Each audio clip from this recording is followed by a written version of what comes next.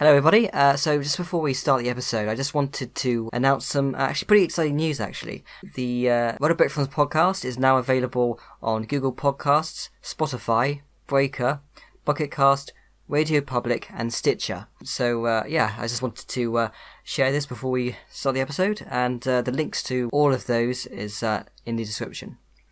So with that out of the way, enjoy the episode. Thank you. Hello, everybody.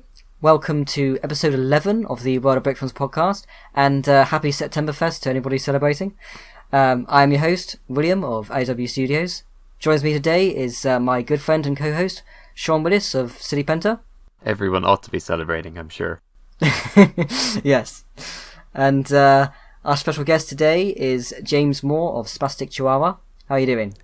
Hey, I'm doing good. Thanks for having me. So, so you started off brick filming in 2003, is that right? A little bit earlier than that. I officially started brick filming back in I think 2000 or 2001. That's when I started brick filming with this really old blocky VHS camcorder.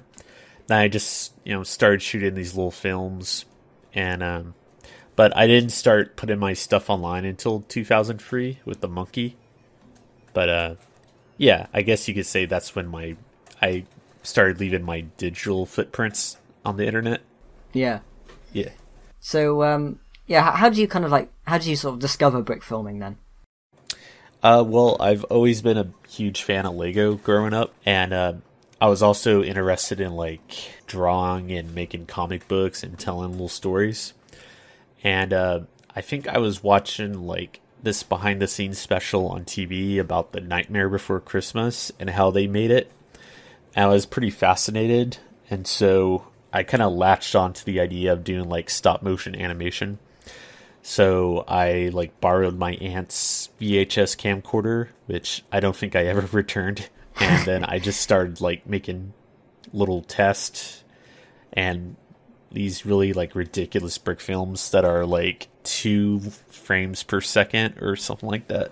It was so choppy, but yeah, that's when I first started getting into it, and I haven't really stopped since then.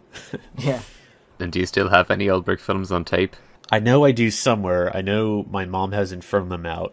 I really want to archive those and put them online because some of them are outrageous. It's one of them, I used some of the Johnny Thunder sets, and it was this Egyptian type adventure, and I also used the pieces from the Mousetrap board game, and it was just completely ridiculous, but I think they're kind of fun still. Yeah, but there'll be plenty of people that'd love to see those now. Yeah, I think they're just stored in a box somewhere in someone's garage. I gotta dig around and try and find them again. I shot so much material back then too. And then did you have Lego Studios after that?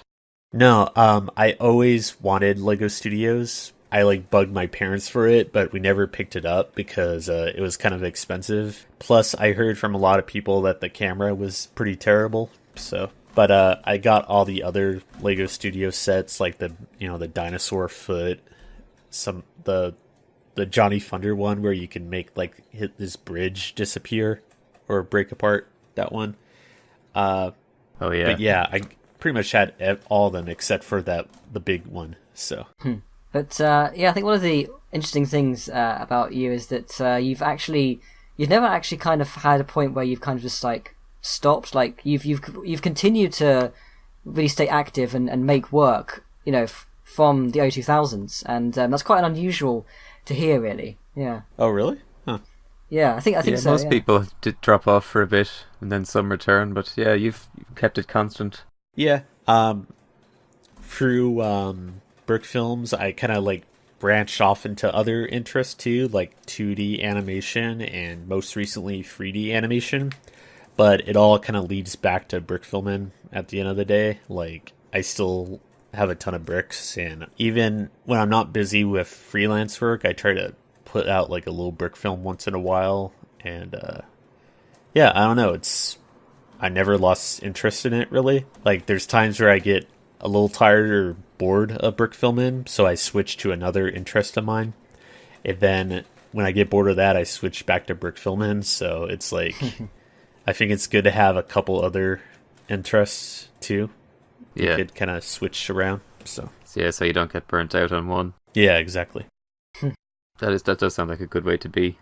So, do you remember discovering brickfilms.com at first? I did. I think I would around the time I was making my dumb little VHS brick films. I was just go online, and I think I googled Lego movies or something, and that was like one of the first results. And back then, I had a 56K modem. And so it would take like a couple hours to watch like a 1 minute brick film. But I love that site. I would like visit it for hours and look for new films to watch. And I back when Jason was running the site, I wasn't really a part of the whole community yet. It was when Joshua took over and the site was completely overhauled in like I think 2003 or so. That's when I started getting involved in the community. So do you remember any of the earliest films you saw in there or anything that inspired your own work? Yeah, back in the super early days, I would watch stuff like, there's like this horror brick film called The Birds. Oh, it's about a dude that like throws some rocks at a flock of birds and then he gets cursed and turns into a bird. I remember that one for some reason. A lot of Blunty's work was pretty influential, I think, on me and a lot of other people as well. Yeah. What else? In like the 2003, 2004 era, it was stuff like Crispy Cheeser, Zach stuff, and there were a few other great ones. Were you ever familiar with Taco Trouble? Taco Trouble? Yeah. Yeah. That was a great one too. Yeah, I think like that kind of era, like sort of like get 2003, 2004. To me, that's like the start of like the golden age of brick filming. So I love that. I love that era, of brick films. I think it's really where it's kind of like starting getting up to its peak. I think, yeah. Yeah, for sure. That's when I think the quality of brick films was starting to skyrocket a bit. Yeah. When not everybody was still using the studio's camera, people were starting to move on to other stuff. Yeah, I think that's when the Quick Cam Pro 4000 came out. Or was it 4000 or 9000? Yeah, it was 4000. 4000. Yeah, that's when that came out, and it was super affordable, and it looked pretty good at the time. So, and you could attach the Lego pegs into the side of it and make a cradle handily. Yeah, that was great too. So yeah, it's no surprise that it became such a standard. Yep. I think I still have mine. Nice. Keep it around as a reminder. When times were simpler. Have you ever considered going back to it just for like nostalgia's sake and making another brick film out of it? Just for fun? Yeah. I haven't, but that's kind of a good idea. Yeah. That'd be fun to try out. I still keep around my QuickCam 9000. I actually used that for a job last year. We worked on a few videos for Thomas the Tank Engine for their toy line, and there's a couple shots where you see like a first-person perspective of the train going through the tracks, and I used the my quick cam for those shots because it was like I think it's 720p, so I was able to kind of get away with it. But they're still pretty handy once in a while. Yeah, I have heard of other people keeping a webcam around to do close shots in tight sets. Yeah, I think I got the idea from Forest Fire and Sean Willits for their Hobbit video. They used the quick cam because the whole video's in like first person perspective. Yeah. I was like, how do you guys shoot this? And they were like, oh, we just used the Logitech quick cam. I was like, oh, okay. That makes sense. Yeah. But speaking of bringing things back, actually, I wanted to ask, recently there was a brief rumbling about another Kevin and Mr. Tater film. Any update? Yes. Yeah, I do have an update. I'm still kind of working on the script. I was supposed to start shooting it like last week, technically. I made like a super rough schedule to follow. But the script's still not quite there yet. but I'm still planning on making it. So that's good to hear. It's nice to know that it's actively being worked on. Yeah, I'd love to see them return. Yeah. In the meantime, I did write another short Halloween script that I'm hoping to have ready in time for Halloween. I'm gonna start doing storyboards and previs stuff this coming week for that. Script's done, so it's like 4 or 5 pages. So I'm pretty excited about starting that one because it's ridiculous, but it has like a bit of a different feel than my other films, so I think it'd be a nice change of pace. Yeah. And after that, I'll probably get started on the Kevin and Mr. Tater film. Yeah. So, what would you say are kind of like your biggest like inspirations then, really? Like when it comes to the brick films you make? I would say in the early days, it was definitely stuff like Blunty's films and like Chris Salt, the two guys having an adventure genre. Crispy Cheeser was definitely a big inspiration for my stuff too. Like, it was so well animated and it was so zany. I don't know, it just kind of stuck with me. Yeah. For most recently, I've been inspired by what else? Tim and Eric was a big inspiration for me as well. That type of comedy with the editing and the goofy special effects. Like, I don't know, I pull inspiration from like a lot of different stuff. Yeah. Yeah, I like in your films sometimes when there's a special effect that it's clearly not meant to be convincing. Yeah, and sometimes I don't even bother putting in a special effect where there should be one. Like with the snob on the pogo stick one. Like, I just used clear bricks to do the pogo stick effect. I didn't even bother like rotoing them out or whatever. I just decided to keep it in. I don't know. I feel it looks alright.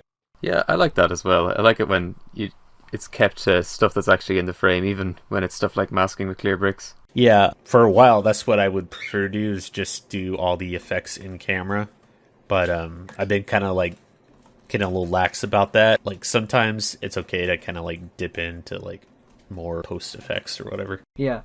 But yeah, I think it's can be sometimes a bit of a challenge, having to you're trying to rely solely on practical effects. I think it gets to a point where there's almost like a limit. I think you try some things, you feel like you could almost do better if it was like edited later. Yeah, exactly. But yeah, I mean, this recent project I've been doing now.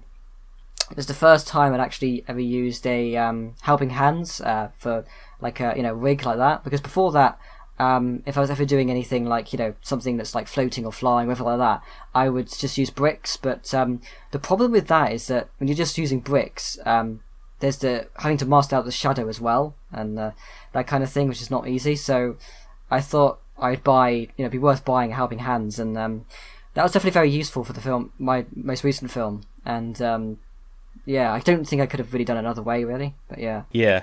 I've been meaning to pick up some more of those helping hands. My wife is looking to get into stop motion animation, and she was wanting to animate one of those Nendoroid figures. And so we've been kind of looking around town for the helping hands, but we haven't found any yet. So we'll probably have to order them online or something. But yeah, they're pretty handy. Yeah, because really, when you think about it, I think Brickfilms are probably, if you think like minifigure animation and stuff like that, probably some of like the only kind of forms of like stop motion where you can go without rigs, really, because you've got like the studs and stuff. But like most forms of stop motion, you need some form of rig, I think. And yeah. I guess I'm sure you're sort of aware of that kind of thing. Yeah. Yeah, for sure. I've been wanting to get more into like standard stop motion stuff, like with bigger figures, and yeah, you definitely need rigs if you go anything bigger than a minifig. Yeah, for the most part. I'd say us people who've only ever animated Lego, we're probably spoiled really by not having to have rigs at all times. You make a brick film with some masking, you're like, oh, I've got a mask, 8 frames. It's a tragedy. Yeah, I've been thinking about that a lot too, how we basically grew up animating exclusively minifigs. And sometimes I worry that could like kind of stunt our growth as animators in a way, because they have such limited articulation.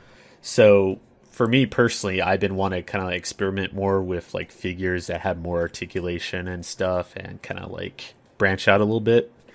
But yeah, there's still a lot you can get away with a minifig. You can still they're still pretty expressive, but yeah, I just kind of want to keep pushing myself, and yeah. Well, I think that's kind of one of the things that's interesting with Lego is that you know, there's a lot of things you can do which are not just minifig. You know, I mean, like you look at like Dave Bogano, things like that, and I feel like you know, one of my kind of dreams, like one of my goals, really, within like the next couple of years, would be to try pulling off a film with, you know, puppets like maybe similar size to what David Pagano does, you know. Maybe not the little guys, but maybe they're like country building, you know, it's a little bit smaller. Yeah. Something like that. Because that might be a bit more easier, Yeah, he has like a nickname for those type of puppets. What were they called? Pagano puppets. Yeah, just Pagano puppets. Yeah. Yeah. I like to do more brick films with like on that type of scale as well. The biggest challenge I found is not so much working with puppets that size, it's creating the environment for them, because you're gonna need like a ton of brick or use a lot of visual trickery to make it look like they're in like a full environment. Yeah, I had to build absolutely enormous sets just for animating with technique figures, and they're not even as big as those puppets. Yeah, like I remember the sets for Pokeball and 2 being pretty enormous. Yeah. Well, what's the insane thing about the Pokeballing films is just how much the scale changes. You know, it's 1 minute it's small, next minute it's medium, then it's giant, big fig things, and oh god, all in the one shot. Yeah, it's all like cartoon logic type stuff. It just changes depending on the gag or,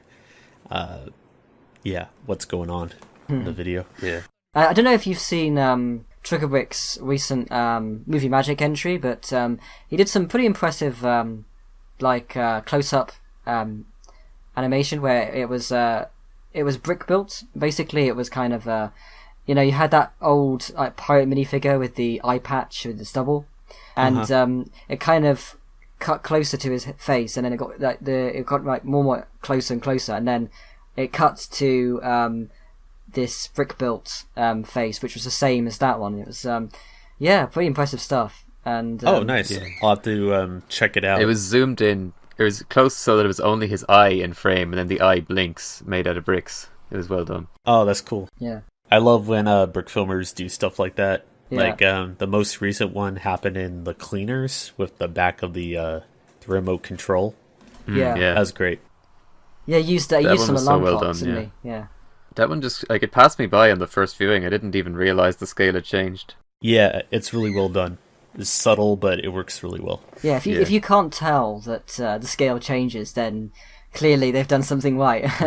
And I love that kind of thing where, you know, you're changing the scale constantly, and it's really, really impressive if you can put it off well. And I think maybe that kind of stuff might be a good sort of stepping stone into doing like big fig things, you know, just doing a couple of shots just to add the illusion of it being to scale with a minifigure, and that might be a good way of like a stepping stone to going off to do like Pagano puppets. You know. Yeah. Another technique I've been kind of looking into is using CGI to create like set augmentation or to expand elements or whatever, because you know Christopher Gearhart? I do, yeah. Yeah, he made this plugin for Blender, which like you could bring in any 3D model and it converts it to Lego bricks. So I've been kind of like experimenting with that lately and trying to create like set extensions and stuff. Kind of like, I don't know, seeing like how big of a scale you can like make things, and it's pretty impressive. Yeah. Yeah, I saw one of your Blender tests recently. I was really impressed by it. Oh, thank you. Yeah, it's that one's still like a work in progress, but yeah, it was pretty cool. Yeah, it's looking good already. It's looking a lot better than a lot of CG Lego I've seen. Yeah. Yeah.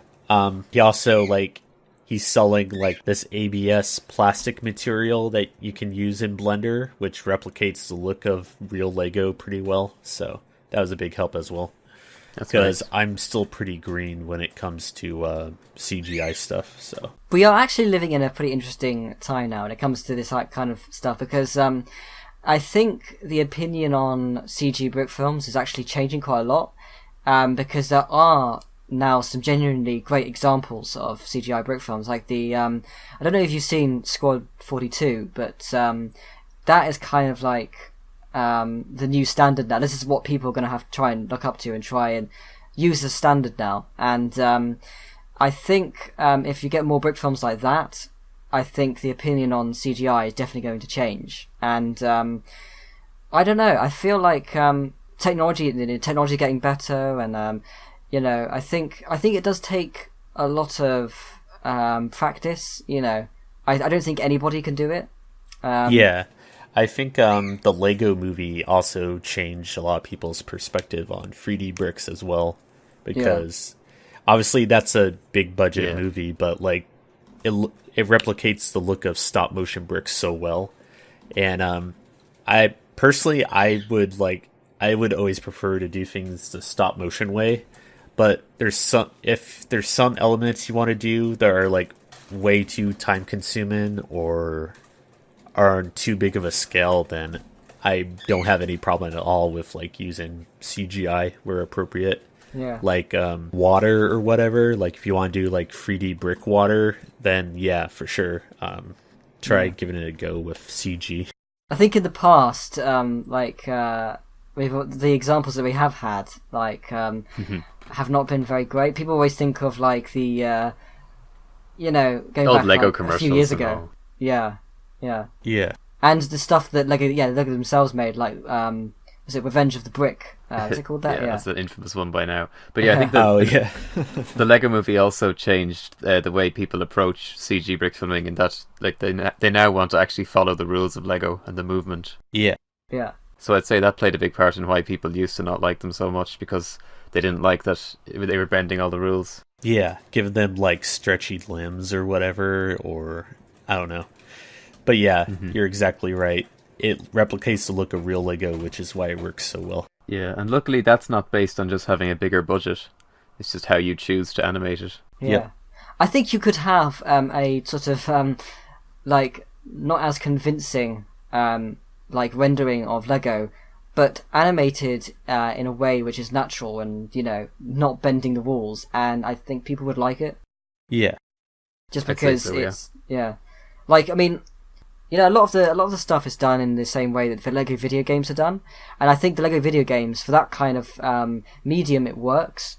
But I think like those TV series things, like the Lego Ninjago series and stuff like that, I think since Lego Movie, people now expect stuff to be animated in that way, and I think it's going to definitely change people's opinion on how Lego CG should be. Yeah. On the flip side, though, Lego has released some stuff recently where it's like, why didn't you just like hire someone to make an actual brick film? I don't know the title, but they did like some type of like a stage play video or like a Romeo Juliet type video, and they made it animated like stop motion, like it was like on twos and kind of jerky, but it was like all CG. And it's like, in that case, you should just use actual stop motion. There's like nothing in it that justified using a CGI. I think it's going to get to the point where, and this is the same case with CGI in general, going to get to that point where it's going to become so realistic that it kind of misses the point of being what it is in the first place. Like like there's like that motion capture, like you got those like things in the like late 2000s, like the Christmas Carol with Jim Carrey and stuff. Oh, the Uncanny Valley stuff. Yeah. And it's at that point of, wouldn't it have been better if it was just live action? Yeah. Or even like a legit 3D animated movie, like with keyframing and stuff, and not like motion capture. Yeah. Like but its own character design and animation style. Yeah. Like, I had that issue with Monster House, which I think is a pretty good movie, but, like, the movement in it is so, like, odd and realistic. And it's like, this would have been way better as, like, a DreamWorks-style animation, like, keyframed and stuff, instead of motion capture. Yeah. I think that's one of the things that why people are attracted by the kind of the animation style of like Pixar, because all the environments and everything look really realistic, but the characters are done in a cartoony way, which is enough cartoony enough for it to be appealing, I think. Yeah. Avoiding the uncanny valley and I think the one film of theirs where that didn't really work for me was The Good Dinosaur, because I don't know if you guys seen it, but like the environments are like almost photorealistic, but the main dinosaur character looks like he's made of like Play-Doh or something. It was like kind of distracting. Too much of a disconnect. It's almost a bit like the 1970s Pete's Dragon. Yeah, exactly. In that sense, yeah. Like they went too far in either direction.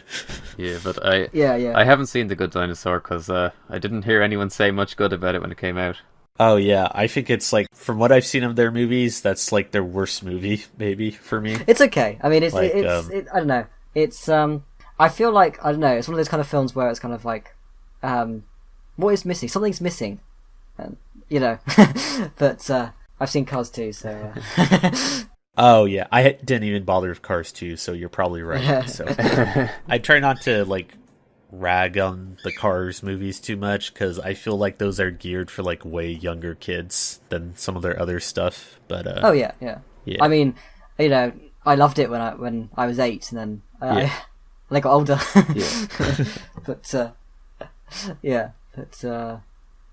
So yeah, what is your kind of like your step-by-step process when you make films then? I hear that you do like storyboards and that kind of thing. Yeah, I didn't always used to do storyboards, but now I find them kind of invaluable.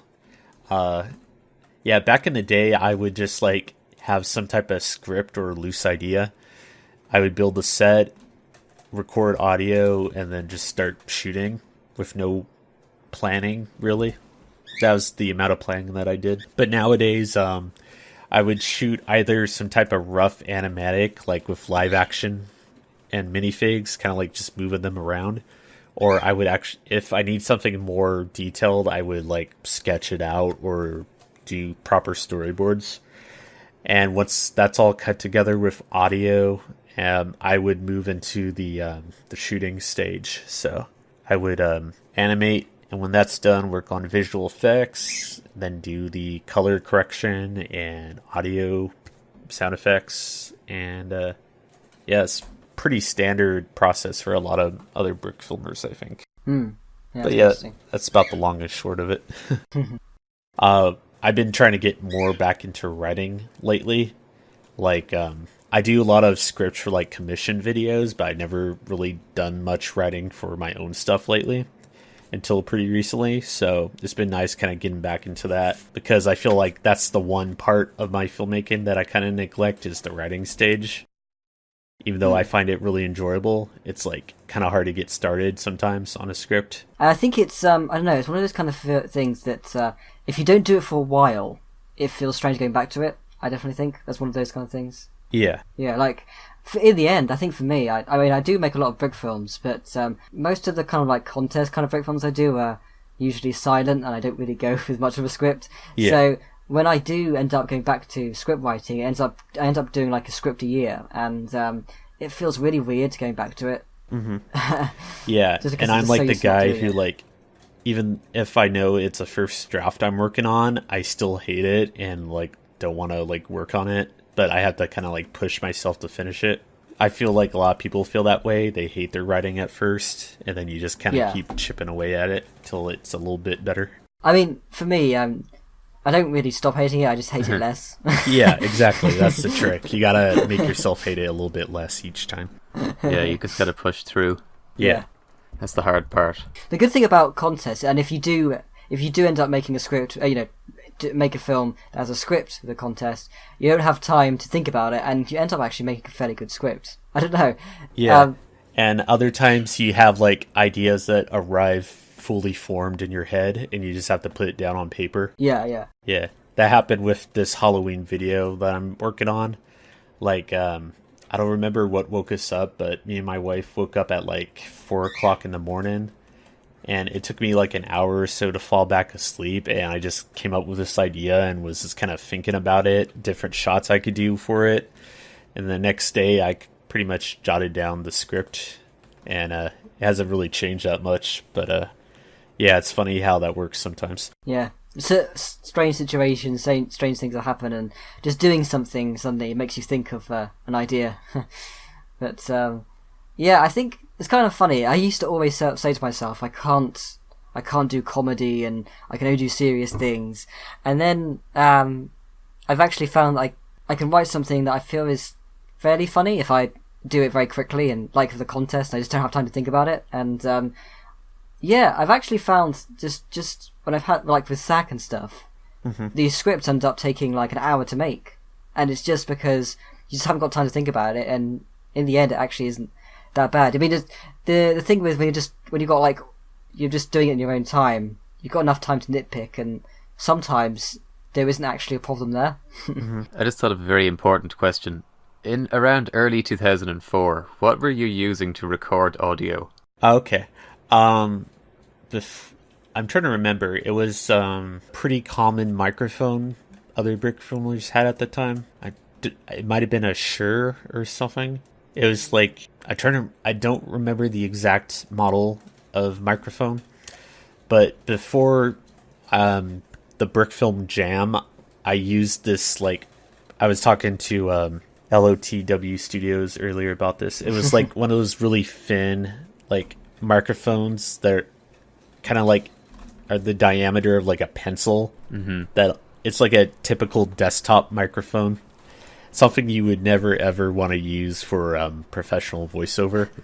And I would use that for a lot of early stuff like Waffles, and you could tell because it sounds like I've recorded it inside a tin cup. It's like the worst audio quality imaginable. Yeah, I love Waffles for that reason.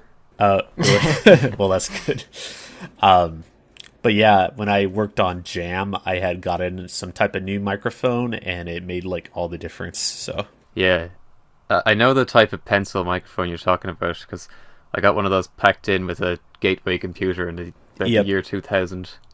Yep, pretty sure we got it for our Gateway computer too. Yeah, a lot of other people got them from Gateway computers, I know. Yeah, they're absolutely terrible. Yeah, that's what I used at the start as well. But mine didn't sound that bad, though. Oh, I don't know what I did wrong. I might have just been like way too close to it or something. But yeah. Yeah. I mean, funny because speaking of those kind of like desktop kind of microphone things, I recently got one which was I don't know if you call it like a pencil, but it's sort of pencil shaped, and I don't know why, but I just did the stupidest thing. I was doing this. I'm doing this like live action. I've just finished a live action project that I was sort of like had to do for work, like a project, and I decided, you know what, I'm going to use this microphone to try out just to see what it sounds like. And it's a really bad mistake because the audio, do you like that strange thing where it kind of like automatically does noise reduction? But it's like an automatic thing, and the background noise it's trying to get rid of is too loud for it to get rid of it completely. So you end up with that strange compressed audio, which is like, if that makes sense, you know? Yeah, I know what you're talking about. Yeah, and it's like it's like when you go on Audacity and you just like you do noise reduction, but it's you know the noise you're trying to get rid of is just too loud. It's like that, and there was just nothing I could do to fix it. I ended up having to record the entire thing all over again. And you know, I thought, yeah, I'll use my blue snowball. I know it works. I know it's got good quality audio, and I don't know why I just didn't do that in the first place. Yeah, but yeah, it's hard to kind of switch over to something if you already have a method you're already using that you know works, and it's not gonna like goof up like that. Like I have the Adobe Creative Suite, which includes Adobe Audition, which I know is like probably way better for recording stuff than Audacity, but Audacity is so simple to use that I've just been using it since like 2004, so yeah, that's not gonna go away anytime.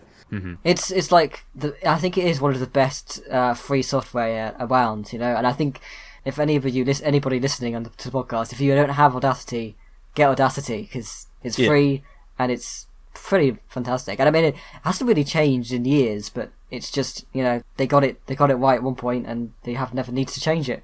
Yep. Yeah, it doesn't need to change. change. Broke, don't fix it. Yeah. Yeah, I hope they never change the layout of it. I'm too used to it. Oh, yeah. I know a few sites that fix things that don't need to be fixed. YouTube, hint, hint. Yeah. So, Penta, have you got anything else you'd like to say? Let me take a quick look. You didn't memorize all your questions before we started recording? Oh yeah, I have to ask, what are the chances we'll ever see either Lasagna or The True Meat Sauce Episode 3? Yes. Good question. I think Meat Sauce is pretty much dead for the most part. I suppose it's pretty irrelevant at the moment. Yeah, exactly. No one would really get the joke, and the dude that it's parodying doesn't really make that the series anymore, Meat Space. So if I were to make a meat sauce free, it would be pretty different from the other ones, I imagine. And as far as Lasagna, I'm not gonna rule anything out yet, so that's all I'll say about that one. That's exciting. I can go alongside Out of Time 2 and 3 as a not technically cancelled, hopefully one day. Yep, in limbo. One of those, maybe one day. Yeah. They'll probably just come out of nowhere one day. You never know. In a state of maybe one day for the past decade. Yep. Yeah. It's gonna be the Half-Life free of Brickfilms. But that actually reminds me of I don't know if you got involved in this at all, but there was a thing on Twitter. Well, it was on Bricks Emotion and stuff. I forgot what it was called, but it's based on the thing where it's your four that have a frame of your 4 favorite films and stuff, and I decided to make one which was 4 favorite brick films. And someone named every single each one was films that hadn't come out, and it was stuff like Appetite Lost and Welcome to Dartmoor and everything, and each frame was just file not found. That's great. Which is now actually out of date, because one of the films on there was The Cleaners, which is actually out now. So yep. Yeah, did take a long time, but it did come out eventually. And speaking of which, Little Guys in Space finally came out. Oh yes. Yeah. Yeah, actually, before we actually recorded, we talked a little bit about Little Guys in Space, but do you guys want to talk a little bit about that actually again? Because I do think it's a very, very, very good film. Its release is certainly an event in brick filming. Yes. Yes. I thought it was pretty amazing. Some of the animation in it kind of looked like he used live action reference because it felt more fluid than usual compared to the last video. But yeah, it's really ambitious and fun to watch, so I'm glad it was finally finished. I'd like if he released a behind the scenes video and maybe showed some of the reference footage along with the shot in the film. Yeah, definitely. I think he has actually made it for Patreon support, isn't he, or something? I think, does he? Yeah. Because, there was some time-lapse stuff in the credits that I found very interesting. Yeah, so time-lapse, that's something that I would do if I was more organised. Yeah, whenever we're working on stuff, I try to remember to set up a little time-lapse with our phones, because those are, you never know, you could always use that footage for something, so. But yeah, they're fun. This film I just did, I actually did I made a behind the scenes video. I just made I just kept recording everything I was doing, and I'd show all these different things. And there's a couple of times I really wanted to do time lapse and record it with my phone, but I was recording so much that I only had 5 minutes left, and I just couldn't. If I was record that, then I just have nothing left to do. So unfortunately, there isn't much of me actually just filming. A lot of it is just showing how I did things and stuff. But yeah, hopefully it makes an interesting video. Yeah, I don't really know yet.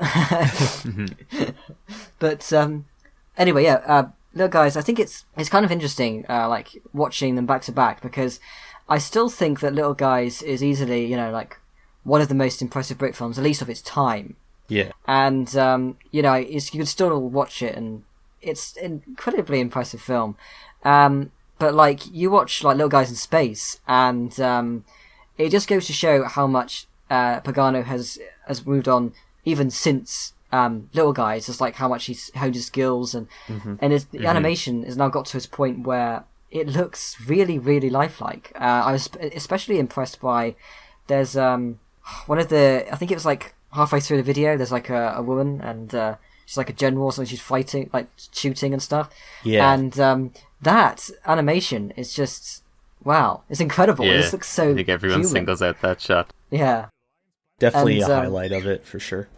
And the last shot as well around the table with all those characters, that was like pretty impressive as well. Yeah. A few years ago, I think 2014, David Pagano actually was in California and swung by our studio, and so hung out with him for a bit and did like a live build on stream. But he showed us a rough cut of Little Guys in Space, which I think at that point was only like 50% shot or so, maybe 60%. And we got to the last shot, and it was still in like storyboard form. And he was like, you could tell he was pretty like nervous to start that shot because it's so ambitious and so many characters. So, but yeah, it turned out great. It did, yeah. And I had a similar experience where, I mean, when I first saw the first Little Guys years ago, I thought it was basically the most impressive thing I'd ever seen. And then after watching this film, and it was so much more impressive than that, I went back and watched the first one, and suddenly in comparison, it's like, oh, there's only one character on screen at a time, and only their mouth moves, practically. Yeah, it's funny how the first one is still so impressive, but yeah, the second one really goes the extra mile. Yeah. I've always liked the idea, like, of this whole thing, and it's, you know, like the first one is just like, it's overhyping this obviously really kind of dull toy, and I like that in this one they kind of hint that these kids are being forced to like this toy. Oh, yeah. You've got like a Clockwork Orange sort of reference there, you know, and he's like forced to watch it. Yeah, there's kind of a dark understory kind of going on in the background. Yeah, and I like that kind of element of it. Like, yeah. I think it's pretty funny because the humor is pretty subtle, really. Yeah. You know, like, it's not kids. Kids aren't really going to get the humor, so that's interesting. Yeah, but one of the other things I really like, a small kind of thing, the CEO is now older. I like that touch. Like in the original, he's got like dark black hair, and now he's got like, well, it's like almost like blonde, but I suppose like sort of grey hair. You know, he's sort of aged quite a lot. I didn't even notice that. That's great. Yeah, I like that touch. Yeah, it's got funny. But yeah, it took Little Guys in Space just to show how much he's moved on since Little Guys, and it's an incredible film. I'm glad that it's finally come out, and because I know the Kickstarter project was like in like 2012, wasn't it, or something? It took like 6 years to make. Yeah, but I know he also had other paying jobs that he was like working on in between, so.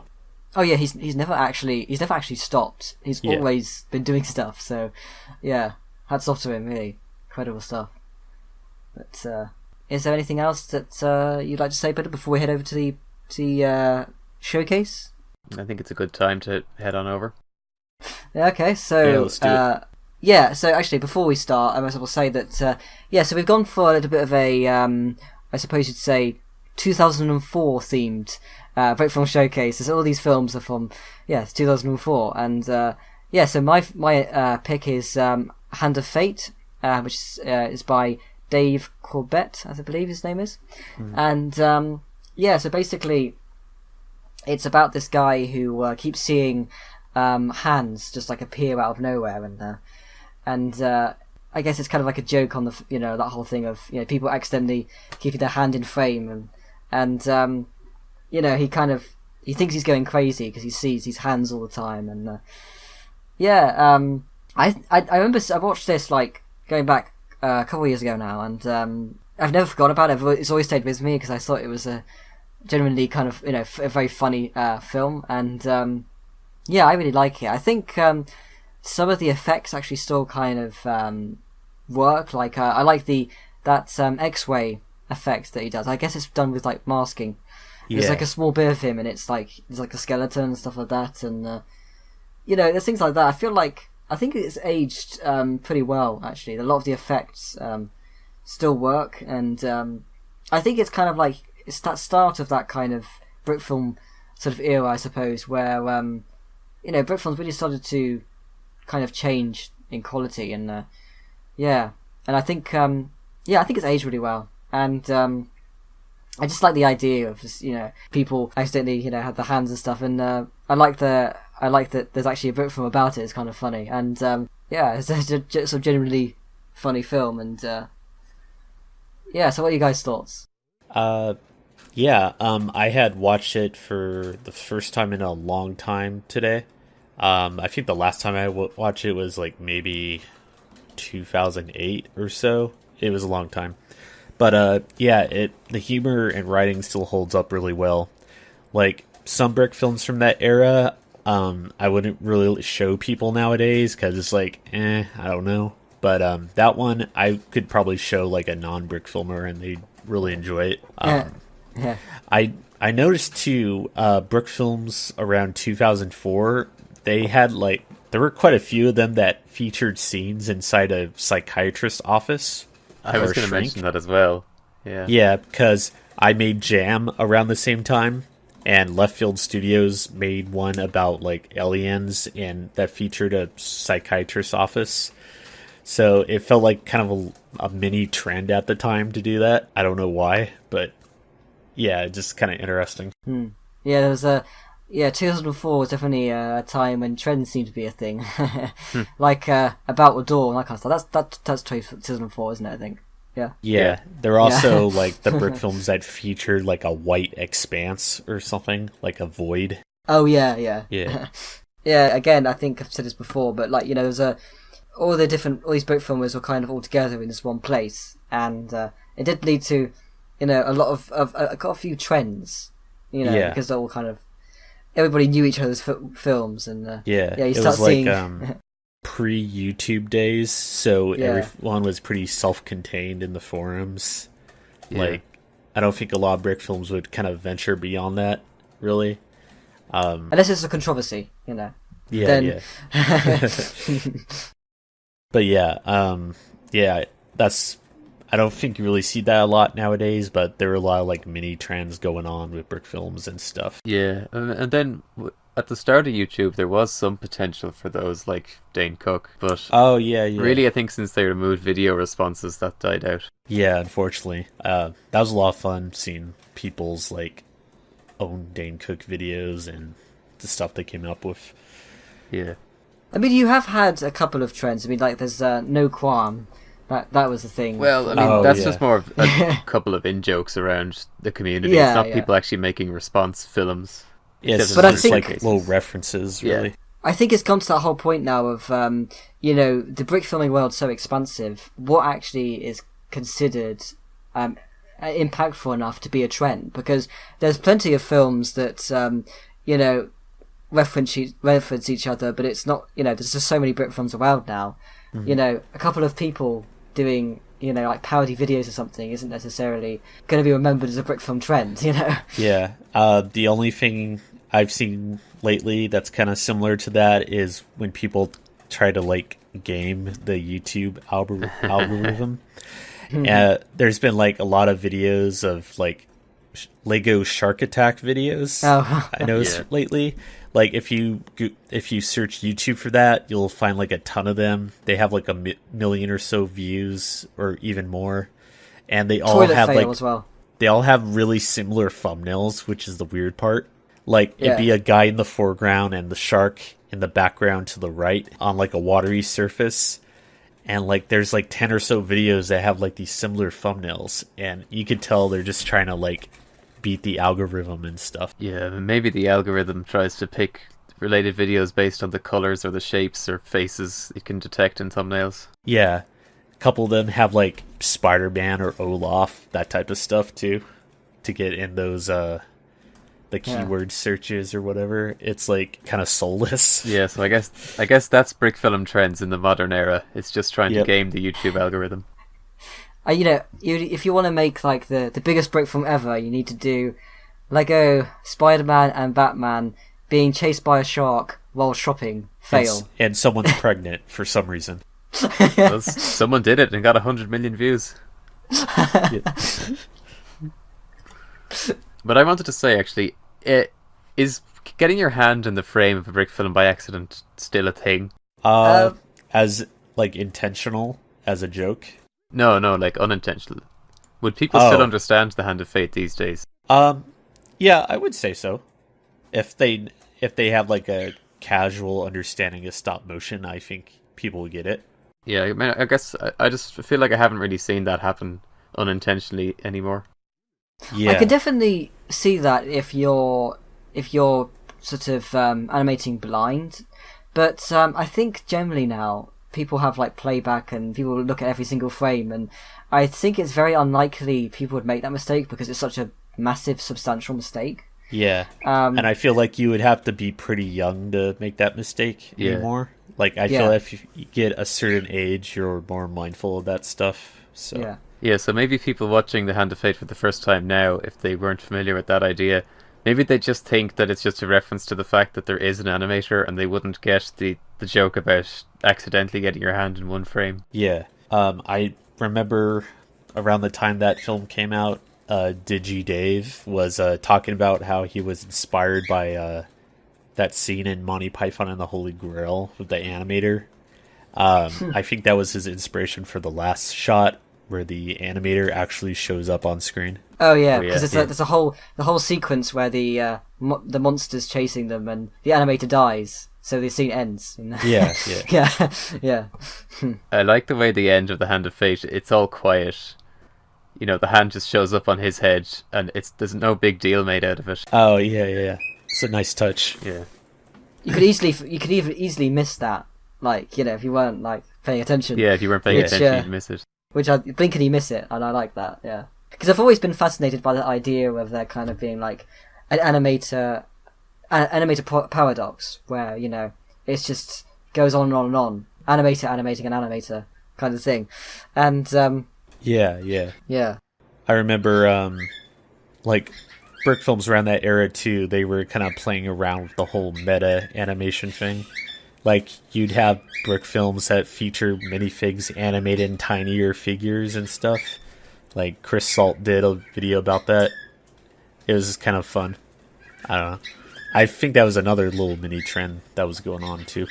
I think that's still a thing now. I mean, I made a film about it before realizing it was a trend. Yeah. And since then, I've watched like 5 or 6 films where people were animating, like, you know, there's like, for a moment I was like, wow, they're you know, I started a trend, but I don't think a video that has 250 views started a big trend like that. I think people still do because it's such an appealing idea, making an animated film about animation. Yeah, so especially now with those, you got those like tiny, like minifigure the pieces. microfigs. Yeah. So they're the minifigures for minifigures kind of thing. It must be just the kind of concept that people just land on by themselves, because the first Benny and Lee film that I made, it was about Benny making a brick film, and the joke just was that it was very bad. But it's kind of funny because the film itself was bad, so it's trying to make fun of bad brick films while also being a bad brick film. It's really bad. But yeah, I think everyone just thinks, oh, what'll I make a brick film about? Oh, I know, it'll be about making a brick film. Genius. Yeah, and they think they're really clever. Yeah, but yeah, I mean, going back to Hand of Fate itself, is there anything else you'd like to say before we move on? Well, go ahead. I was just gonna say, I think we've covered a good bit about it. Yeah, still holds up pretty well. I like the voice acting in it, actually, especially the Doctor. Oh yeah, the Doctor is like my favorite character. Like, what was his line when he starts the X-ray? He's like, it tickles a bit, but I kind of like it, or something like that. Yeah, that was a good joke. And yeah, I agree. The X-ray effect still holds up well. But Penta, what was your pick? Well, it's funny actually, because it's only come up once or twice, but I decided to pick Crispy Cheeser, and going into this, we didn't decide, everything we should pick should be from 2004. But we were having a conversation basically because everything we've been picking for the recent podcast has all been very serious type of brick films. So we decided this time we should pick the more comedic things. So we just, I guess, naturally gravitated towards the older era when it was a lot sillier, I suppose. Yeah. In a good way. Yeah. If if you hadn't already picked that one, I would probably pick it myself. It's like an amazing brick film. Which is funny because I almost picked it myself, so we all almost picked it. That is funny. Well, but you could have picked part 1 and you could have picked part 2. So. Crispy Cheese the animation in it, I think, still holds up very well today. Yeah. At a time when most films weren't putting much thought into expressive animation, this was like a revelation. Mm-hmm. I especially love when while one of them is running, he looks back and hops on one foot. Oh yeah, it's really clever.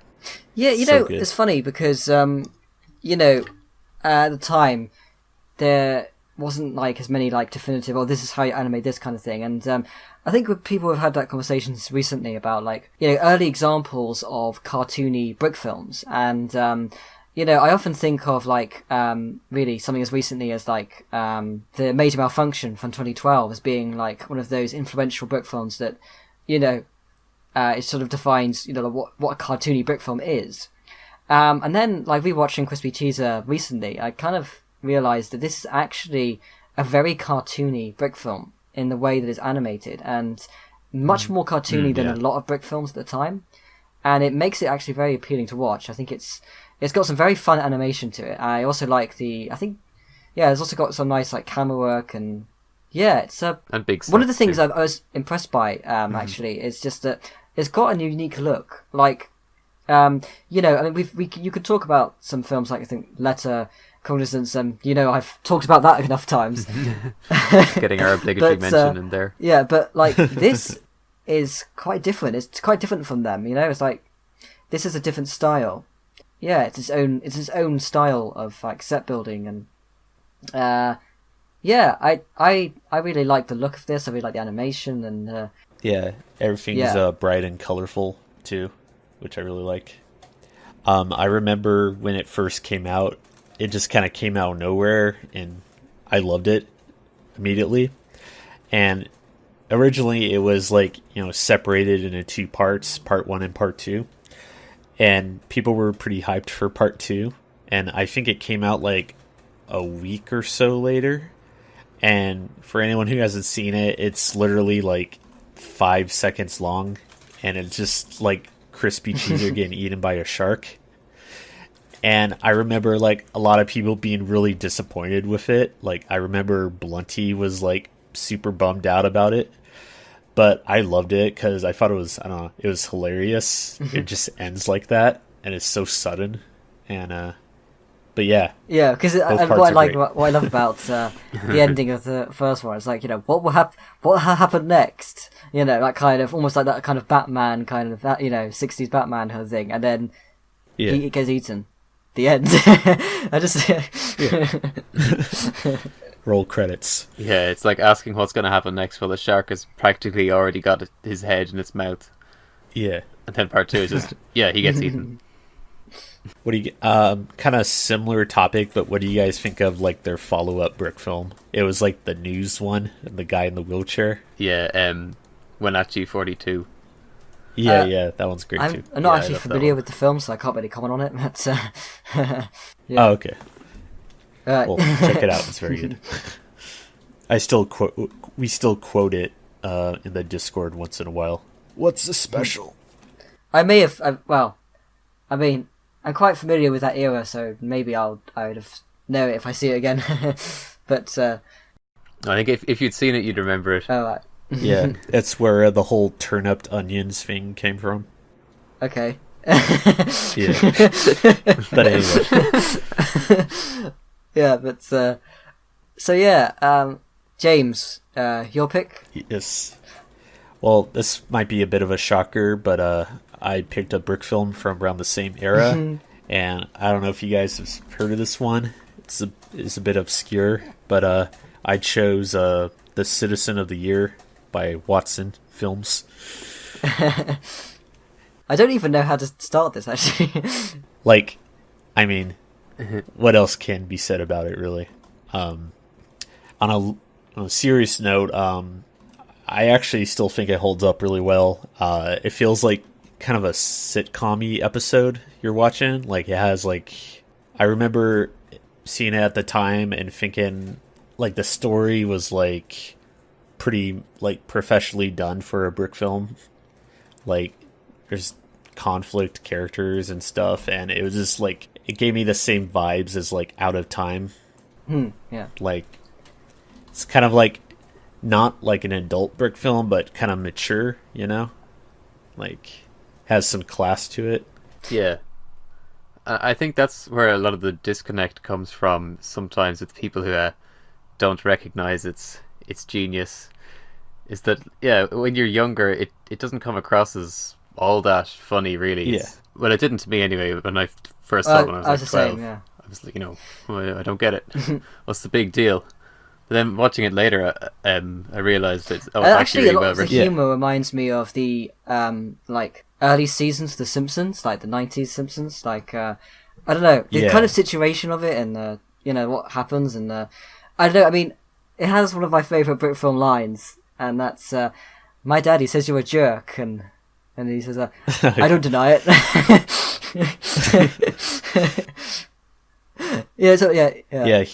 Humor holds up really well even today. That's another one that I could show like anyone who's not familiar with brick films, and I think they enjoy it. Yeah, that's the thing I usually say. That's my line in every episode. Okay. But yeah, it's one of the things that is always funny is like with people that like are younger that don't understand it, and like I was one of those people. Not that only going back a couple of years ago, and I remember getting into heated arguments about the film, and I remember Penta, you did a photoshopped image of it with a 100% score on Rotten Tomatoes, wasn't it? Yeah, Citizen Kane. It was the Citizen Kane Rotten Tomatoes page, except with all the text and images changed with Inspect Element. That's great. So, like, the plot summary was the same as Citizen Kane, just a few keywords changed, like the character names changed, and it was funny because I showed that to you, and it said something like 100% with 150,000 ratings, and you were like, how could it have 150,000 ratings when it only has 5,000 views on YouTube? And then I just said, it came out before YouTube. 150,000 people just watched it, and then hardly anyone since. Yeah, it just kind of leveled out after that. They misunderstood its nuances, but yeah, it's. Yeah, I was actually wondering if that story was going to come up. I was wondering if I should mention it or not. Yeah, some of the memes people made about it back in the day were pretty amazing. Yeah, I think, I don't remember what year it was. I think it was 2006, maybe, for Septemberfest, which, in case no one's heard of, it's like this month-long festival celebrating Citizen of the Year. Celebrate every year. But I was working on like this kind of text adventure game that was like inspired by Citizen of the Year. It's basically the plot of Citizen of the Year, but it's like one of those old school Sierra text adventures where you input commands. And I released that one year, and I think it was pretty soon after I was trying to make like a point and click adventure game based on Citizen of the Year. But I wasn't able to finish that one, but some of the sprites I made for it we use as emoticons on the forums still. Like the little trash can full of parrots. That's from. That's what it came from. Okay, that's interesting. I didn't know you made those, actually. Because you were because obviously there was, I mean, if anybody doesn't know, there was a website dedicated to Citizen of the Year, and you were like one of the main like contributors to the website, weren't you? Yeah. It was me, Comic Green, Dragoon, Watson, and I think that was about it. We were like we talk and chat a lot, and we'd be kind of like co-conspirators.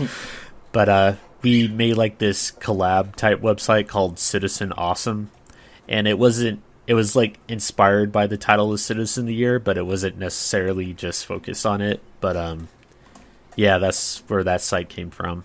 We had like a little forum, and we would like plan like Septemberfest type pranks or hijinks or whatever. I'm trying to remember where the whole joke for Septemberfest started. I think we were in chat one day, and we thought it'd be funny to bring up the old review thread for Citizen of the Year and start like praising it out of the blue, and then it just kind of like spiraled out of control, and here we are today.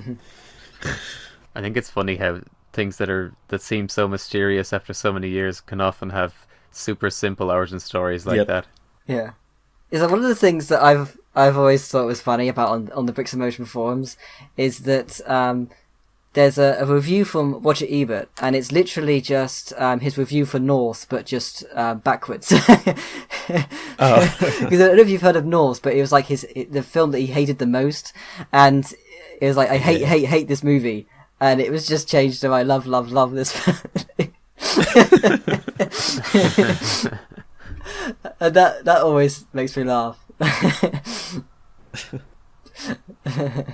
I think another thing we did was, I think it might have been Ross or somebody, but they made like a poster for like what a live action version of Citizen of the Year would look like. And for the actors, it was like Sean Connery as the bum.